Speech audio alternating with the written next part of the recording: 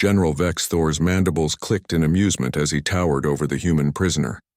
His chitinous armor gleamed under the harsh lights of the command deck, and his four eyes studied the small, fragile creature before him with barely concealed contempt. "You threaten me?" The Korthax general's voice boomed across the bridge, and his officers joined in the laughter. "Your species has been at war for 3 cycles, human. Your fleets are scattered, your colonies burn, and you," he gestured with a clawed appendage, "you stand here alone and speak of consequences?" Commander Sarah Chen stood with her hands bound behind her back, her uniform torn and bloodied from the battle that had ended with her capture. Her ship, the UNSC Defiance, floated in pieces somewhere in the debris field outside. Of her crew of 200, she was the only survivor they'd bothered to keep alive. "I'm not threatening you, General," Sarah said quietly, her voice steady despite the pain radiating through her broken ribs. "I'm warning you." This sparked another wave of laughter from the Korthax warriors surrounding her. They were the apex predators of the Andromeda Coalition, a species that had conquered 47 worlds before humanity had even achieved faster-than-light travel. Their exoskeletons could withstand small arms fire. Their reflexes were 3 times faster than any humans. They had evolved on a death world where everything wanted to kill everything else, and they had emerged victorious. Vex Thor leaned down, his mandibles spreading wide in what passed for a Korthax grin. His breath smelled of sulfur and meat. "Warn me of what, little creature?" "Your reinforcements." He gestured to the view screen, where the wreckage of human vessels drifted among the stars. "We have crushed your fleets. Your Earth sends no more ships. You are alone, and your species is dying." "You're right," Sarah admitted, and something in her tone made Vex Thor's amusement falter slightly. "Earth isn't sending reinforcements." "Do you know why?" The general straightened, suspicious now. "Because they have none left to send." "No." Sarah's eyes, dark and unflinching, met all 4 of his. "Because they don't need to. Explain yourself before I tire of this game. 3 days ago, your fleet destroyed the colony on Proxima 7. You killed 40,000 civilians. Men, women, children, you didn't discriminate. You broadcasted it across every human channel, thinking it would break our spirit." Sarah's voice remained level, almost conversational. "Instead, you did something else. You reminded us who we are." Vex Thor's claws tapped impatiently on his armor. "You speak in riddles. Let me tell you about humans, General. We're not the strongest species. We're not the fastest. We don't have armor plating or enhanced reflexes. But we have something you don't understand."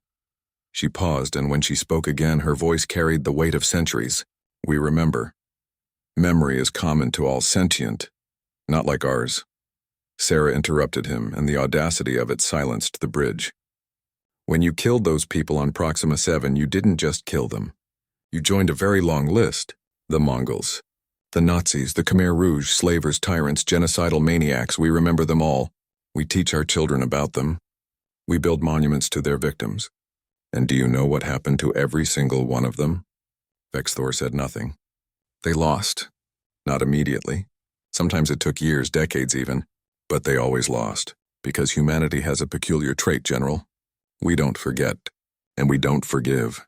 Not genocide. Never genocide." Bold words from a prisoner aboard my flagship. "Your flagship." Sarah smiled, and it was not a pleasant expression. "Tell me, General, when was the last time you checked your long-range sensors?" A flicker of uncertainty crossed Vex Thor's features. He turned to his sensor officer, who was already frantically working at his console. The officer's mandibles trembled as he looked up. "General, there are contacts, hundreds of them. They weren't there an hour ago." "Impossible," Vex Thor hissed. "We destroyed their fleet." "You destroyed our military fleet," Sarah corrected. "But you see, General, you made a critical error. You assumed that only soldiers would fight you. You broadcast your atrocity across every human channel, and you didn't consider what would happen next." The sensor officer's voice cracked. "General, I'm reading.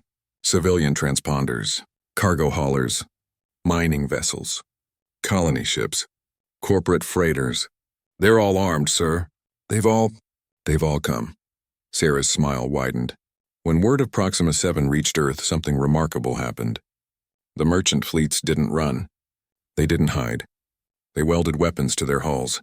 Mining lasers, industrial cutters, makeshift railguns, anything they could find. Then they came here. Rabble. Vexthor spat, but his voice lacked conviction. Civilians with cargo ships. We'll sweep them aside. Maybe. Sarah shrugged despite the pain it caused. But there are 1,000 ships out there, General. 1,000 crews who've never fired a weapon in anger, but who know what you did. Teachers, miners, merchants, parents whose children are now dust because of you. And they're not here to win glory or territory. Then why? Because they're human. And you hurt us. So they're here to hurt you back. They'll die doing it. They know that. They don't care. Sarah's voice dropped to barely above a whisper. You wanted to break humanity's spirit, General. Instead, you woke something that's been sleeping since we left, Earth. You reminded every human in the galaxy why our ancestors crawled out of caves and conquered a world full of things that wanted to eat them. The bridge shuddered as the first impact struck the shields. That's impossible, Vexthor breathed. They're still minutes away, not all of them. Sarah's smile was savage now. Some were already close. Small craft, personal vessels. They strapped bombs to their ships and pointed them at your fleet. She leaned forward as much as her restraints allowed. You're not fighting soldiers anymore, General. You're fighting humanity, and we taught the galaxy how to wage total war long before we reached the stars. The bridge lights flickered as another impact rocked the ship. Alarms began screaming throughout the vessel. Through the view screen, Vexthor could see them now. Hundreds of ships, all sizes, all civilian models, all converging on his fleet like a swarm. This is madness, he whispered. No, Sarah said softly. This is humanity. We're the species that looked at infinity and decided to cross it. We're the descendants of apes who hunted mammoths with pointed sticks. We're the children of people who survived ice ages, plagues, and world wars. And when you killed those people on Proxima 7, you didn't teach us fear, General. Another explosion, closer this time. The ship's gravity fluctuated. You taught us who to be afraid of. The eastern view screen flared as the first civilian ship rammed a Korthax destroyer, its reactor detonating and taking 2 more enemy vessels with it. In the distance, the human armada advanced like an oncoming storm, uncoordinated, untrained, but absolutely unstoppable in their fury. General Vexthor watched his fleet begin to burn, and his laughter from mere hours ago felt like a memory from another lifetime. Dawn came to the void, and with it, the terrible understanding of what it meant to threaten humanity's children. The last thing Vexthor heard before his flagship's shields failed was Commander Chen's voice, calm and certain. You should have left us alone.